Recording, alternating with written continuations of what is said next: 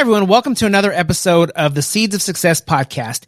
Each week, we will plant knowledge, insights, practical tips, and trends so your center can be a striking success.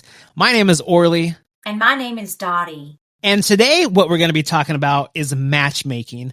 And I always like when we have these titles that are kind of like, what is that going to be about? You know, sometimes we get asked, hey guys, what are you going to be talking about matchmaking? What is this? And what I like to do in that case is say, Dottie, explain. Gee, thanks, Orly. You know, it's probably not what our listeners are thinking, but you know, there are so many things that go on, especially when you're running like a bowling center, but really any business. And it's very important that you are looking at your customers, you're looking at your offering, and you are matching up who's coming through your door and who's working that day or that night to make sure that you have the right type person in place. And along with that you are also doing things to prepare that person and you are setting the proper expectations. So does that kind of make a little bit more sense now while we're talking about matchmaking? Yeah. So I know one thing is sometimes you look at something as simple as, you know, this person's kind of new. Can they handle a big party? But we're going to kind of take it one step further when it comes to matchmaking. You know, if you're going to have a senior league going on, maybe you're going to want staff that, you know, hey, they really speak well. You know, they not necessarily speak well, but they know how to talk with people. They're not going to say one word and then just be silent. They're going to know how to talk to certain people. So I know that's the path we're going down when it comes to the show. Yes. And, you know, since you mentioned senior, you know, when you do have your senior league, like you said, it is important to have the person that's working your customer service desk understand who that audience is and things that are important to that audience.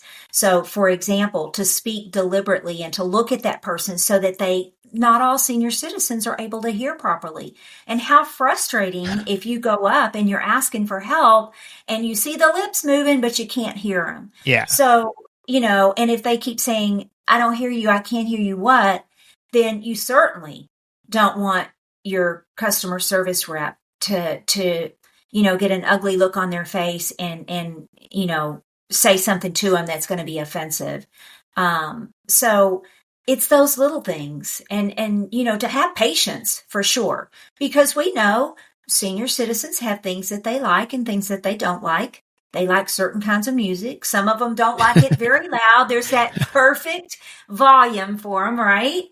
And so I guess not only are we wanting to make sure that we're matching the staff to what you have going on at the moment, but, you know, as I said earlier, making sure that you're working with your staff and making sure that they understand what you expect of them. Yeah. You expect that patience. You expect for them to smile despite being asked, you know, can you turn the volume up? And the next person, oh no, it's too loud. Can you turn it down? Yeah. You have to work with your staff. You have to educate them. You have to teach them, and show them the behavior that you expect, because emotions and you can read people, right? Yeah. You can look at them and you can tell if they're annoyed with you. Yeah, and just someone that's not going to be annoyed with a lot of questions, because I know, for instance, and, you know, and we're not picking on seniors, I promise you, but, you know, when I used to do Senior Bowl, I actually did it an hour before I opened because I knew they needed attention. So, you know, that's something you want to make sure you have enough staff, someone that's not going to get frustrated with, like, man, they keep calling me down there, or they keep needing help. You know, so you have to be able to match them up perfectly. Right. And you know, along with that, Orly, you touched on it just a little bit earlier in the podcast. There are many seniors that when they come out to participate in a senior morning or their senior league each week, that is for many of them a highlight of their week. Yeah. It's the time where they have interaction with other adults where sometimes they don't have a lot of interaction with other people and they get lonely. And having the right person as part of your staff, or the right people, because, you know, in that case, there's other employees that interact with the seniors, snack bar or whatever.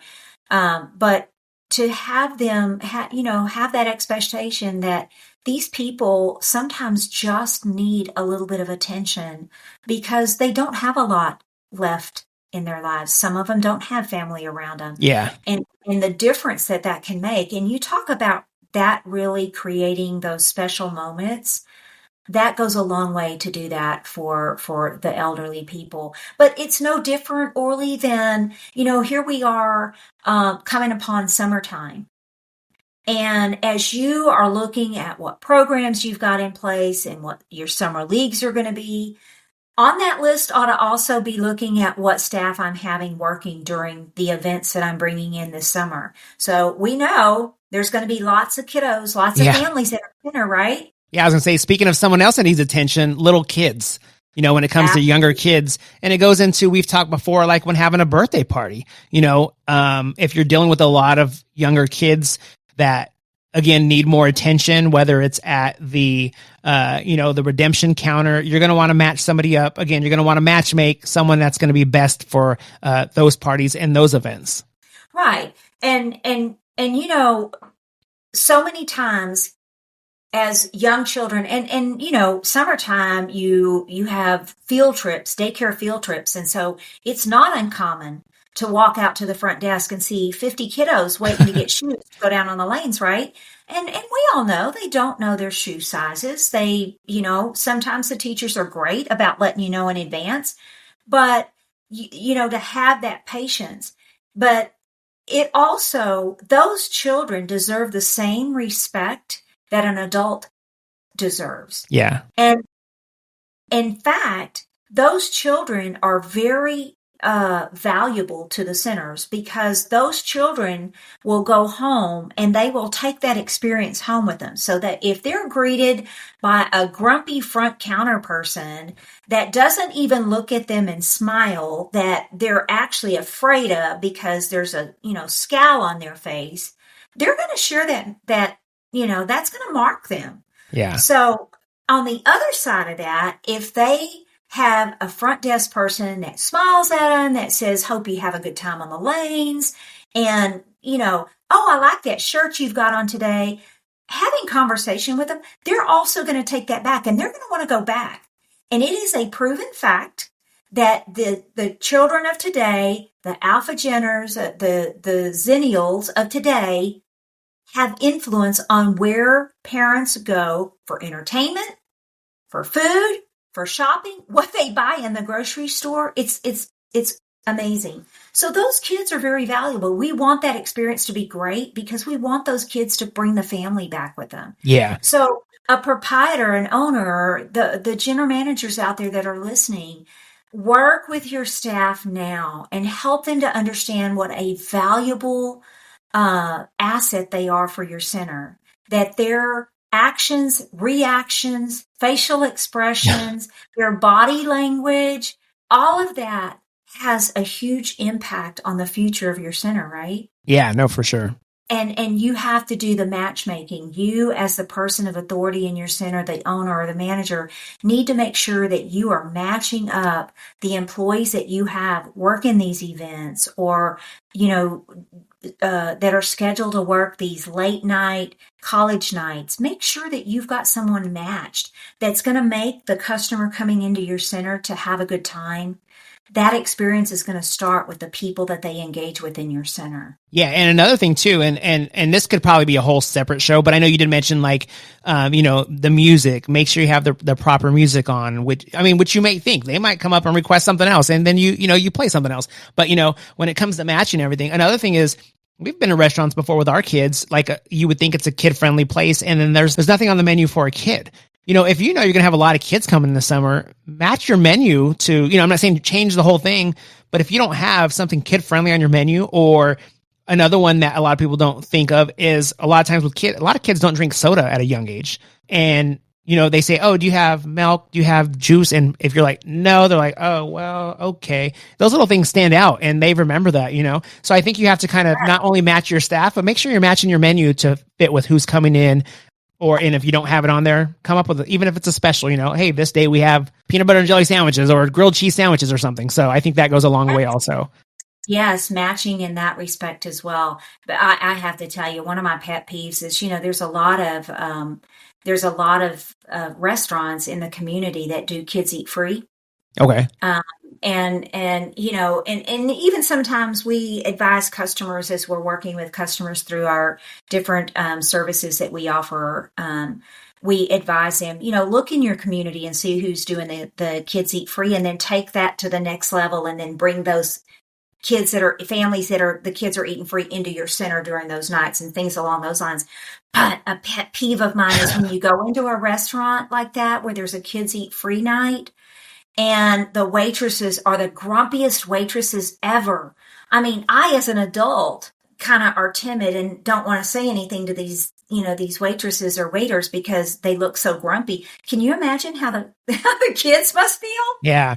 And that's, So, and that stuff sticks with people. You might not think it, even if you're having a bad day, I get it, but you have to put that aside and make the customers happy because they remember that. There's a place we just passed the other day in a city about 30 minutes from us, and I'll never forget my experience there. We went there, we said, can we get 4 pizzas? For all of us, they're like these little mini pizzas. And they said, well, we only have 3 ready right now. Did you still want the 4th one? And I'm like, well, yeah, I need to eat too. You know what I mean? It was kind of like, they're like, well, it's going to be a while. And I'm like, okay, we'll wait. You know what I mean? Like, you have to, that stuff all stands out to me. I'm never going to forget that experience, So something that you might think something little, just the way you word it or your attitude, it's going to be remembered, and that can be passed around to somebody else. Somebody might mention that, hey, when I went there, they were rude. So you have to remember, match your right staff that is going to make the customers happy, and it'll go a long way. right, because sometimes the littlest thing can turn a customer off, and it's really hard to get that customer back. So, Orly, our purpose with what we do every week here at Seeds of Success is to just give one little seed that maybe is something that you just haven't thought about, or maybe you just haven't thought about it in a long time, or maybe it's time you really need to think about it, but it just hasn't made it to the top of your list, right?